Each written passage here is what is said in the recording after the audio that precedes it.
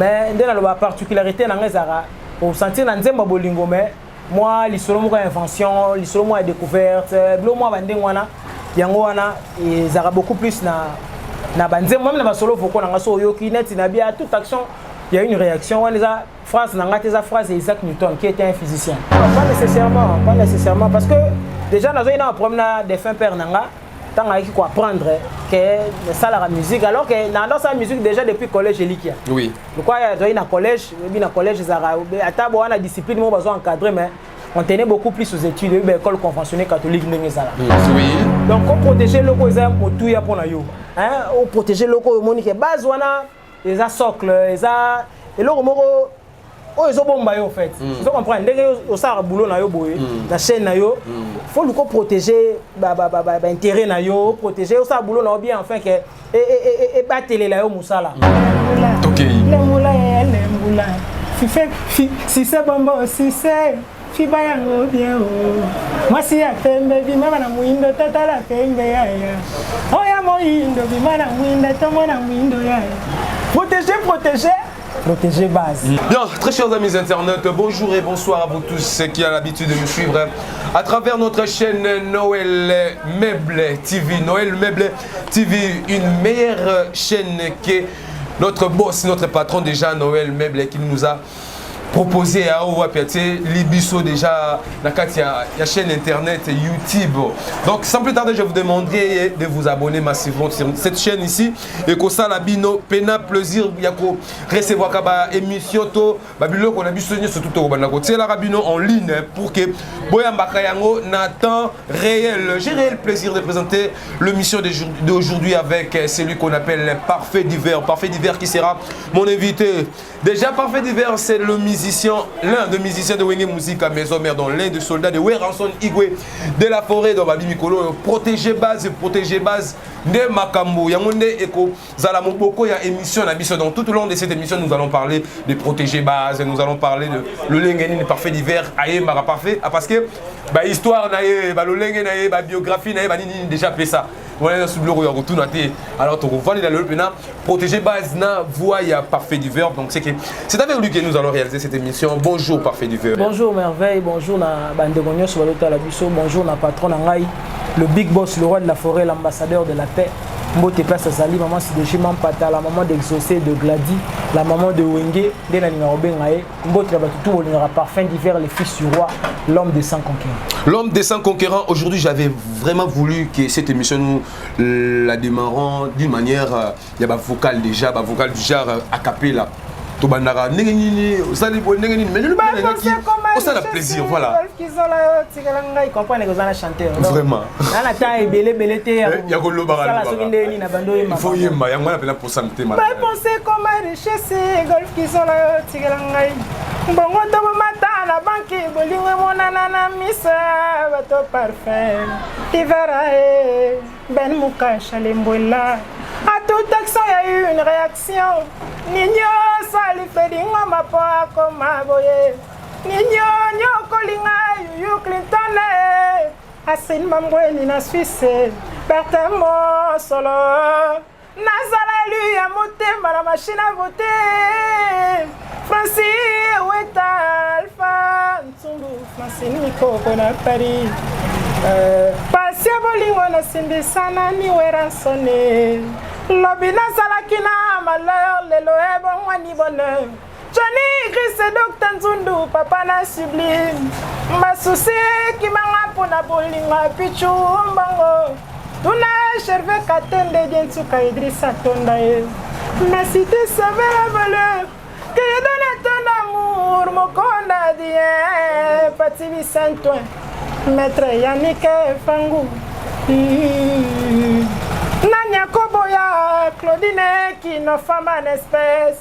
Mbako, le bel la bozina ye utalanzambe. Dunia safari na maran qui n'a pas yebi, sayema. Hataba lobio, kolanda kate, kinoa. Zama salayo, na rasa vangelou. Mon betina minadrien qui a la va confirmer. Voilà quoi. Parfait d'hiver, on a vu qu'il y a et ça lui vraiment plaisir, Betty Maboko et puis déjà tout le monde a mes bêtises.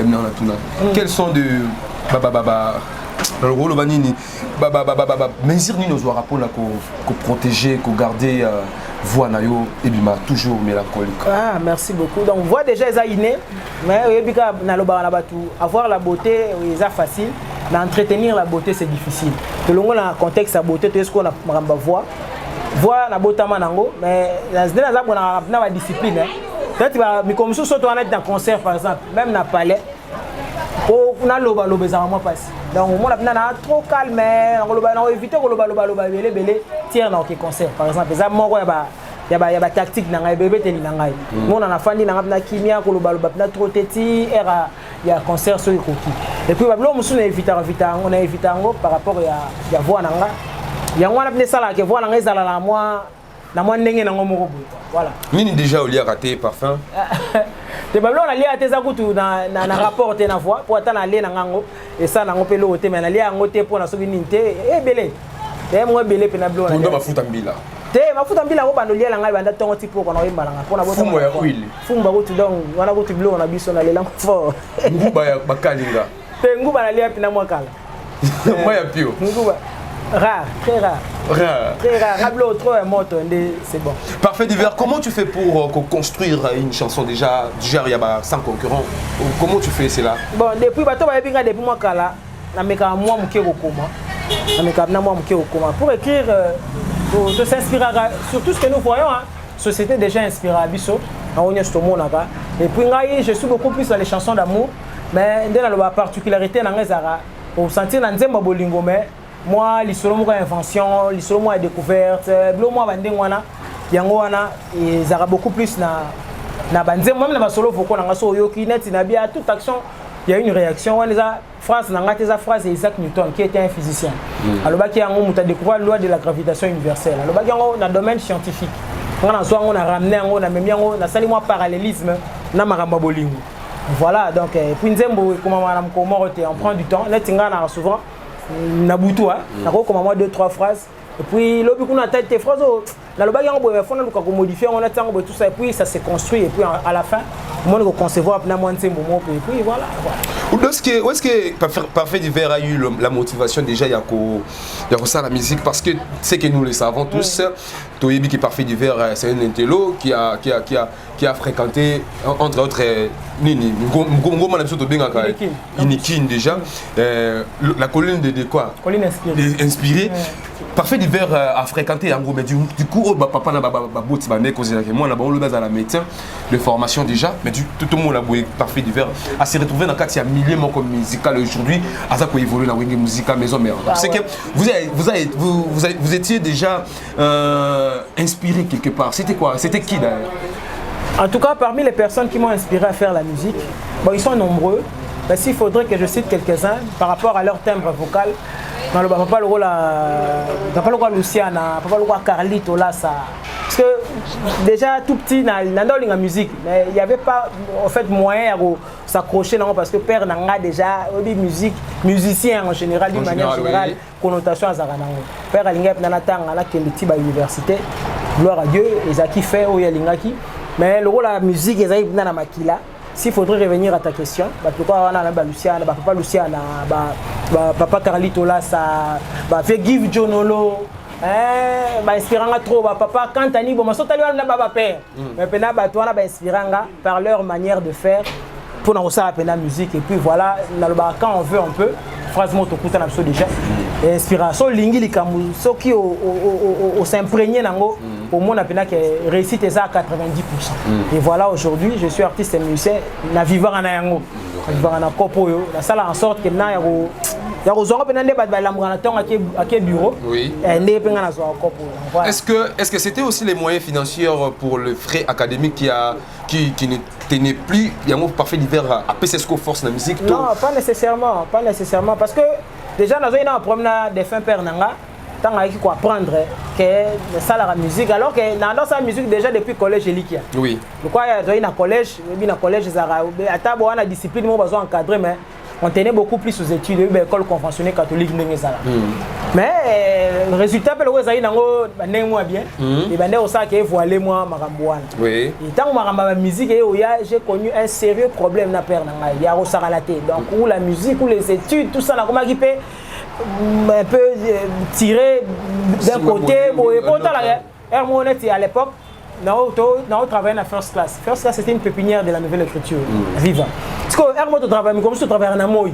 Amoy alors il fallait que on tasse mathématique tout ça. Donc ça coûte maintenant nous coûte un moyen financier parce que ratissant un peu entre guillemets. Donc voyez je me souviens que non tindo à l'extérieur du pays. Bon ça va yo le liga ma musique. Bon tu es borné sur ça tu restes. Voilà. Voilà, est-ce que Parfait Diveur, vous avez aussi peut-être la facilité à interpréter ma chanson en dehors, il y a une musique à maison mère. Est-ce que Parfait Diveur, vous avez la facilité à interpréter un mot? Entre autres, le musicien avec déjà voix naïe, naïe, parce que qui n'était pas sur peut-être qu'il faut arriver. Et qu'on a la bon, déjà, dans la vie, avant de créer, il faut savoir interpréter. Il faut comprendre. Mouto, le lobe appelle ça invention un téléphone comme les Alexander Graham Bell. C'était un Écossais. En autant que ça va baba. L'invention du téléphone, ils ont revenir naïe. Il faut comprendre. Donc, quel que soit le développement et technologie, il va revenir toujours l'invention en Alexander Graham Bell. Pour te dire que avant de créer, il faut qu'on interprète. Oui. Partir à Wana, au monake, au développer, en gros, titi, et puis oui, on interprète aussi des chansons, pourquoi pas. Toyo Karati. Tant que tu as ta musique,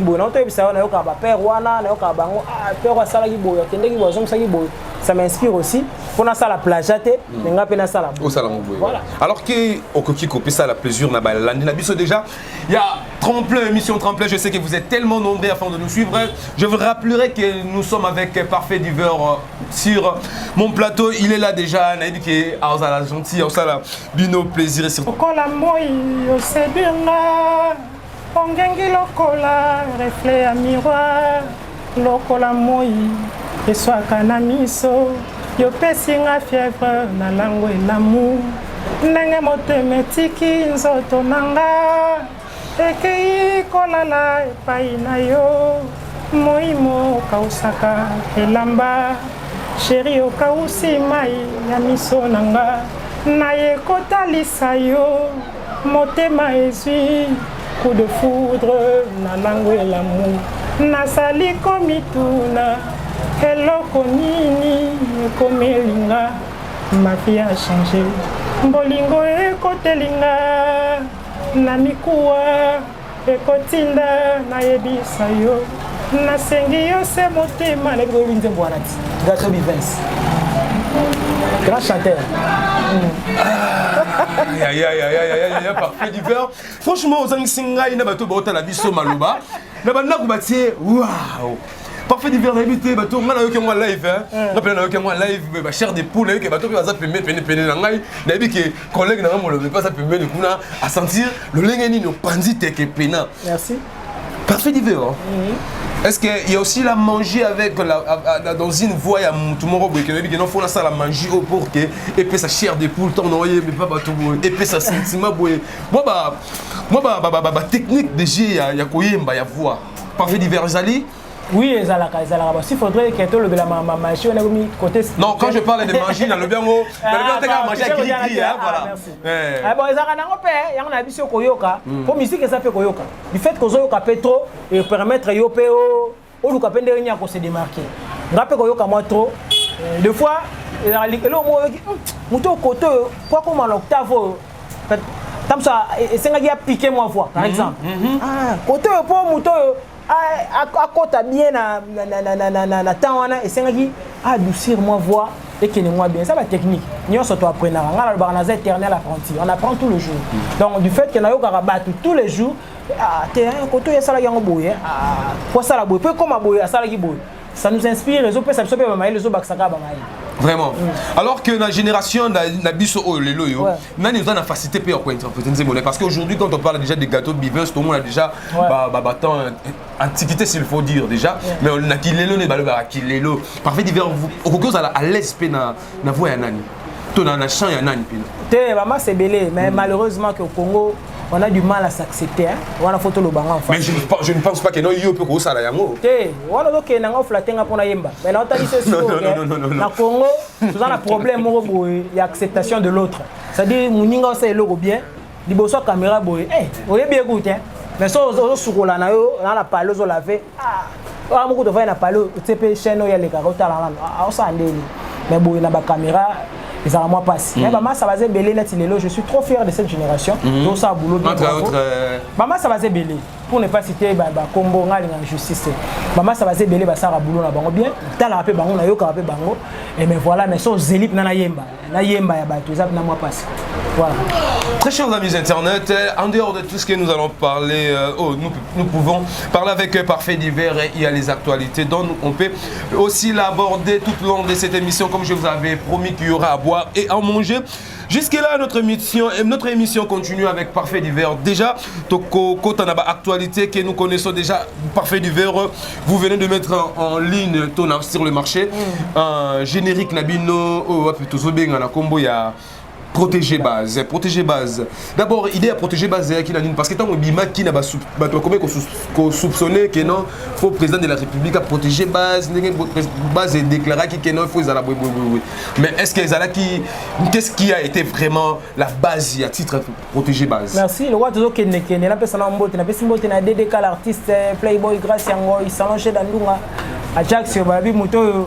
À salarié présent sur Mobutu commission sur place Mobutu Jax là on a PC Mbot il y a des fois il y a commissionnaire il y a aussi commission même yo mo éviter tout ça la émission dans donc voilà bon ni masalanga il ça tourne dans Paris on a médecin sapeur moninga Dieu tout le courageux bon en fait protéger base c'est un message moko universel et un message moko prise de conscience oui donc ko protéger loko za motu ya pona yo hein o protéger loko monike base wana les a socle les a et loko moko oh ils ont bombé en fait ils ont compris ndenge au sara boulot na yo boye la chaîne na yo faut le protéger intérêt na yo protéger au sara boulot na bien enfin que et pas télé la yo musala ils ont comprendre ils ont protéger base donc ils ont message moko ndé la vie universelle et côté un peu na ba instance ebelé donc mutra point ça là ah te faut na protéger mon bongo na nga ko protéger dans ce sens que faut na sala bien dans sala avec toute sérénité pour que lobby peut s'en rappeler résultat bien donc protéger base s'il faudrait que tout le bilan d'une manière générale d'une manière générale yango wana un Parfait Divers protéger base ezali single ou eza moko ya chanson eza na maxi single le to album déjà non les albums té eza ndeto benga maxi single mais bandi na générique wana protéger base ils déjà sur le marché la plateforme sur le téléchargement je pense que bazo bina bazo télécharger un peu partout zomona ba vidéo ba challenge un peu partout ça fait du bien au roi de la forêt le Big Boss pour yékou na marambwana tous a pas déjà pour maîtriser déjà ça se passe très bien donc après wana ba blo mususu ko ya nango ko ya mais aboki na wana ba consommer no protéger base ba binana no et ça a combien de titres hein wana yemo le roi ebi yemo le roi ebi pour biso na zabo le roi en a studio na palais le roi de la forêt en a studio na palais to travaillera toujours dès ça to travailler ka to donc il y a ba nzembo za nango déjà donc ezaka yemo nde on va d'abord au pena zona boire au pena zona boire donc ils ont dépendre na yemo ko patron Parfait Divers protéger base de mecs qui Nicolo, et où bien journée, le 20. Depuis bimi une semaine déjà. Nettoyer ma maman qui est là, nettoyer. 3 jours, 4 jours déjà, je pense. On continue? Oui, continue, il n'y a pas de souci. Nettoyer ma maman qui est là. Parfait Divers, est-ce que protéger base est assuré? Bien sûr que oui, bien que au moment où la musique est comme deux formes. Kabolongo bongo na ndeni, c'est-à-dire forme mususu, il y a des réseaux sociaux. Vous comprenez? Les réseaux sociaux mutazana na Kazakhstan. Si elle venait comme une émission à merveille, peut comme une zotala, peut-être il pour éviter. La forme monsieur. Forme monsieur, est-ce qu'on a une couverture nationale? On a une chaîne Nabiso. D'ailleurs, c'est ça l'idée, on a une place où. Ah voilà. Couverture locale, awa, chaîne Nabiso, awa, quand on zala. Pour ton information, la chaîne Nabiso, awa, toujours la avis favorable à la Commission nationale de censure pour que ce qu'on ait la larguer officiellement net awa na Congo. Bimena on a la plateforme mais awa na Congo et bimena noté. Vous comprenez? Tout le monde qui wana quand sur internet tout awa to c'est la Commission nationale de la censure. Je crois que peut-être semaine au ici là pour Zwango et puis voilà tout ça le lancement officiel là awa. Pour aller censure à maintenir jusqu'alors. bon eza ka nde makambo ezala eza œuvre liboso te en fait divers to sur la pembe là si ça va c'est papa to sur la pembe kasi tout une question yo ebi ke na mboko ba œuvre belé so ke bimi eleka na censure eleka na censure moi pe ou me pété bimi nango déjà pour na yo so combien de temps non il suffit que censure ayo ki yango et puis à sali ba investigation sur ba propos to ba mots eza utiliser la carte je pense que censure place ezala bien sûr que oui ezala na gombi na parquet plutôt ah merci so côté so so chance au quota au moins dossier ezala traité na mutu moko ezabda ba ebele ba TV ebele mamni les ebele so quota au monde donc tant que ils aura timing été zo ni on a tout on a estimé ça prend combien de temps pour qu'on puisse répondre monique aux angi nini on peut sanga temps au peut parfait divers c'est là c'est ça donc nena bisio semaine o yeba que ti ici là dans un mukanda et puis voilà tu leur donner bien protéger et les canapés na biso bien sûr ouais sûr oh douter le gros douter dans un Kinshasa biso nyeso so douter sur caméra même à 2 semaines après to sur là je pense que mission au bateau Kinshasa ou non ba éviter que protéger base bimi déjà bibi parfait divers c'est la bino a capé la malgré ça alimentaire c'est la bino a capé là il y a quelques crio et ça na katsuana ça la ba plaisir les moula mwana lembula tokei les moula ya lembula si c'est bombo si c'est fiba yango bien moi si ya pembe bima na muindo tata la pembe ya oya moindo bima na muindo tomo na muindo ya protéger base parce que abina au abana abina makasi c'est hôtel la clip au moins degré parfait divers au bino mais non et va partir au yembité nini nayoki posa kofi beloka moi secret lilala secret manga secret yango wana j'ai après to esuka na bini yango na origine quoi j'ai envie de sucer quelque chose de sucré caramel sucré est-ce que parfois on comprend un peu là na banana yo pe bozo ka pe protéger base poni te ouais sûr yipsanga mais yum to tuna question tout le monde a le secret wana o longola ndenge nini eza na kati nini boyo tsama bo vimbisa ngo et non mukie après comme la secret bo vimbisi wana tout le monde ngona parfait divers au moins siko problème eza ce qu'on a biso ba congolais o boule makambo yo usalaka okomo boule la ngona nzemba non papa yo okomo boule la ngona nzemba batu secret to longola ngo comment yo longola secret yo ki bien balobi j'ai envie de sucer quelque chose de sucré ça te dérange en quoi yebisanga yo mo yo kona ba neza tepo oyiga sucré et déranger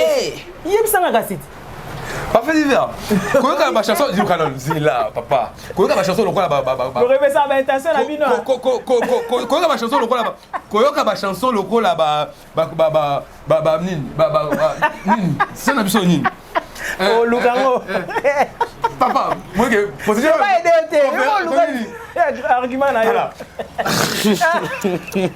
bande bo comprendre bo kata te ata mo pota mo montage ka bo kati partie na yo wazo luka argument c'est bon tous les gars biso parfait divers tout monde qui wenge 4x4 va se réunir encore au c'est pas le droit de l'équipe question ça là qui panzana s'il faut dire déjà ça la séparation là bango depuis 90 si je ne m'abuse pas 98 99 comme ça mais le en 2022 bazongani ni susu mais ça ni moi makelele alors parfait divers yomoko du coup mon qui il peut voyager tout cas c'est peut-être à Kenya pour un contrat mon ou italika à wenye musique à maison mère or qu'ils qui pour la Keneko c'est réunir encore na ba frère naye pour la production il y a wenye 4x4 on a autoyebi déjà parfait divers et ça là qui on est c'est le monde dans la PC Mbote le super d'ailleurs en son Mamado na Monica gaz éternel donc Mamado na Monica na PC Mbote Masama Carlos on vous tout le Vuluzi yo yebi ouais ça le plaisir ka kuna nga mokote na batu nyonso en tout cas oh ba viva belle époque on est wengi oui batala siko presa kendeki c'était sur invitation à producteur Amadou Djabi oyo azaki initiative ya ko sangisa bango pour que concert wana betama le 30 juin donc yem tazaki idée wana da bengisa ki le roi de la forêt akendeki pona ngo je pense que biso nyonso même ngai pour bato tout batala biso tout sepela na bilenga wengi ça la biso nyonso plaisir voilà donc à part plaisir normalement on a été sentiment mususu au délai à plaisir biso tout sepela ki to sepeli donc voilà ça les montants le long mon patron na quoi na mais et empêcher quand même que bakutana Voilà, parce que temps est belé ensemble, il y a moment je pense que tant bakutanagi biso zaïté, mais je pense que sola ina makamususu oh tamsungana auto éviter, donc voilà tant musungana auto éviter, mais et puis si moi makelele les koto ba le ma leader koto ba le ma génération oyo koto ba le bela makambuna yango. Mais parfait d'hiver, est-ce que au coqueux ça appelle à moi capacité à interpréter kozonga na wenge 4x4? Oui, pourquoi pas, il y a banzembo lokola mobali na linga chochongo na imene moyange ngaka lokola moi nzanga abimisa bikunga sango ya basi kitoko zambe nanga zambe papa bonio sali boye ya kumbelinga bolingo musika na Bordeaux. Ongana tikali mamboko polele maina miso lokola mbula ya pokwa ba papa ya Paris banzale ya Bruxelles bokumbelanga chochongonda na koko solenga pizoli ekoka ukate, donc voilà nzembo surprise kapangala mokili monde surprise maganga ina ibakiteo aningana komisa bandeko ndeba nzembo là tellement belé na wenge wana, donc ndeba so wenge bersa na toute une génération aujourd'hui ko tala na réseaux sociaux le vieux Nabiso Zakari que j'ai salué déjà aussi à passant envers Weranson Kolobaïte hier à fabriquer Wera lokola fufu na maboko na ye au grandeur ya Wera oyo yebitango déjà oye mabanzimbo oyo sentir que non oye baki Wera son, mais peut-être ba Zakari pe oye ba ngote mais ko mo la Zakari koleka la TV ko traiter Wera lokola ye na za fabricateur ya Wera son parfait d'hiver. Et n'a tout raté parce que tu es musicien au sein du groupe Yahweh Ranson, mais moi, tant qu'un patriote aussi, tant que moi, Namboka, tant que mon top peut-être une histoire, il y a Wenge, il y a Yahweh Ranson. Au qu'on réagir le lengeni na ba dur wana intelligemment, sagement, parfait. Bon, je pense que il faut réagir, il y a parce que yoza muta presse. Vous comprenez? Et où tu pas muta presse. Donc yo il faut réagir aussi les gars parce que dès que tu as tenté to prôner ba anti-valeur hein. Tant on a peine ça na nga mabeti. Mais dossier on a moni wengeza département il y a dossier on les a maboko doit 140 compte na PC mbote na trésor lumière on va gérer département wana. Donc département là obanga teza na maboko na bango biso to sa musique actualité na biso za protéger base département makambo wana et pas Sankara de Kunta na trésor lumière. Sankara de Kunta na trésor lumière. Tout commence bien, finit bien, comme on vient de me faire le signal chez mon réalisateur que nous sommes presque à la fin de cette émission. Et je vous rappellerai que nous venons de réaliser cette émission avec Parfait Duveur, le musicien de Wenge Musica Maison Mère. Et je dis un grand merci à celui qu'on appelle Audrey Leba. Pourquoi pas Deka d'Alfi Kabambe. Big salutation nayo et pas wapi au Zouami. Tout comme déjà na souka Parfait Duveur, qu'est-ce que les gens vont retenir en passage dans l'émission? Et puis quelques salutations déjà, ceux qui ont un numéro de téléphone pour que tout chiter la biseau parfait. Ouais, merci merveille, il aura toujours plaisir qu'on partage nayo boye na pesi la pesa dans programme, ba que protéger base. Toujours c'est la lettre à censure, c'est même tout ça. Oui. Pour que tout la regarde on a RDC pour na Congo et bimina noté. Bien qu'ils aient la plateforme, bateau ba libanda mboka merci ndenge bozo savourer protéger base parce que bozelaki enfin le roi de la forêt a servir bino. Tous c'est là pour que tout lancer officiellement na Congo quand des alaka. Tous amis mikolo na ba séance répétitive na biso beaucoup plus en coulisses. Question de préparer spectacle le premier le 7 mai en Afrique du Sud. Donc le premier le 7 mai bande qu'on a ça Cape Town. Donc champion Mishka, oui Bigarata, Michel Kabea Mishka champion Mishka, donc zala vraiment focus. Bon ça derrière Makambu, Benicia la personne mbote petit na ngai na niveau à Sud-Afrique. Bon qui sera mobilisé mboka parce que le premier dans le 7 mai tout ça na Cape Town et puis ton Djobu, donc tout bête on après retour na biso ba Côte d'Ivoire et Sali, mais beaucoup plus tout bête en 7e en Afrique du Sud autour de préparer spectacle nango bon bien beau protéger base. Je pense que c'est l'essentiel l'information est telle Wenge Musica Maison Mère avant de ça saf na moni Marthe Makaka la patronne VIP international na Canada yango on avait na chervé ka de sénateur Clarisse Lubaki na bo sanité Thierry Ngonda Thierry Ngonda motomoko bien Mamado na Monica gaz na gaz le super mobimba Namoni Adrien Mokonda na Dourba Trésor Kilongo toujours prêt pour aider les autres. Na Pesimbote na Master Nangai Excellence le ministre de la jeunesse le docteur Yves Moukoulou Zola. Merci pour le travail bien fait na Pesio Penambote Belena cabinet mobimba. Clément Mouzolo Gento hein yango wana Master na Kochak tout aux États-Unis Dadi Nganga les célèbres bureau mobile Jimmy Vita riche. On a Playboy grâce à Ngoy, Massananga Doudungo en Afrique du Sud. Tozaro Yana Douglas Doudungo. Papa na bébé Tania Mobala Bata Blandine Mawaba. Yobika protéger base. Potozoya en Afrique du Sud Kalamingité. Donc Belé Adangumbu ancêtre na personne bote na Paris. Pierron Tsumbu poto na poto mon général Pierron Tsumbu poto na poto la nouvelle génération Mobimba Dada Muzinga Modogo Moto Pamba prophète à Montpellier mbote na yo yango wana la bière expérimentée mbote na yo boza tellement parfum d'hiver le fils du roi l'homme des 100 concurrents. Merci dans le roi de la forêt ensemble. Bien, une meilleure émission qui a été proposée par moi, votre homme, le serviteur merveilleux Touka, maestro de la presse congolaise. Vous étiez tellement nombreux, en fait de nous suivre, je vous demanderai juste de vous abonner massivement sur notre chaîne et surtout vos commentaires ainsi les suggestions, ça nous fera énormément du bien. D'ailleurs, c'est ce qui fera de sorte que nous puissions bien améliorer notre manière de faire des choses. Là, je profite sous cette occasion de dire un grand merci à vous tous qui a été branché afin de nous suivre, particulièrement à Levier Eric le destin jusque-là, vous êtes les seuls, le pharmacien Tati OK, Babik Salutation et Paiwapi, Ozwami, Coach Nyama, depuis Cape Town, Babik Salutation, Emelewa Bapanduku, Mister Very, Babik Salutation, Fatou Boa Vida, Gloria Tama Thérèse, Gloria Niembwe, Babik Salutation, et Paiwapi, Zwami, Ngainabino, Tomonani, Mbala, Yassima, Sokin, Mikolo et Pesame Libiso, Lissousou. Merci Parfait d'hiver d'avoir répondu à mon invitation. Et merci Nabino Bozala qui wana pona kota la biso. Parfait d'hiver Azali wana numéro Pesaki déjà 00243 89 89 44 637. Bon, on sera à base Nezala Mikolo to protéger base to sur la biso. Vraiment, Nabino Tomonani Mbala Yassima Dinamour Kabemba Lena Lazairoise